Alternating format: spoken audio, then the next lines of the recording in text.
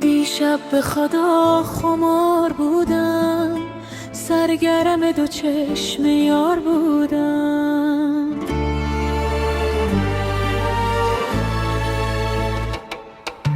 دیشب به خدا خمار بودم، سرگرم دو چشم یار بودم.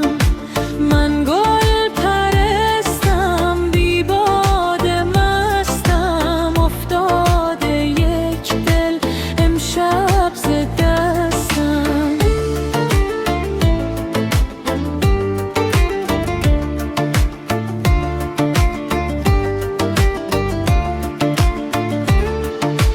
چپ چپ به کویت از لای مویت، دیدم ز شوخی مهتاب رویت.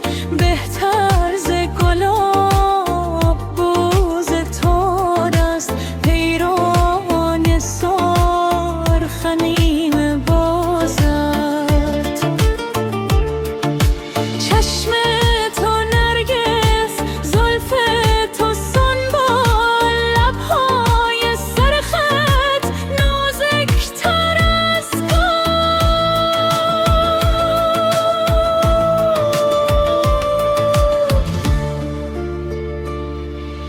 دیشب به خدا خمار بودم، سرگرم دو چشم یار بودم.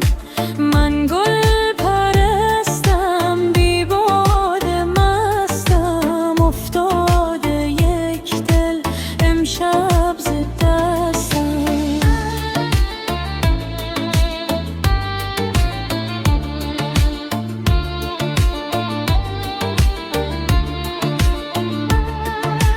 با ناز و عشوه آمدی بر من، قربان راحت چشم تر من. دیشب که به من دو بوسه دادی، رقصیدی و در برم فتادی.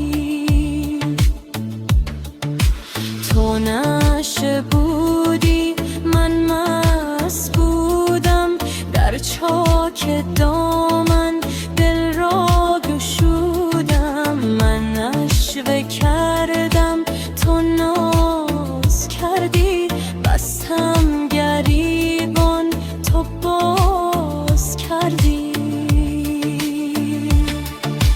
دیشب به خدا خمار بودم، سرگرم دو چشم یار بودم. من گل پرستم، بی باد مستم، افتاده یک دل امشب ز دستم. دیشب به خدا خمار بودم، سرگرم دو چشم یار بودم.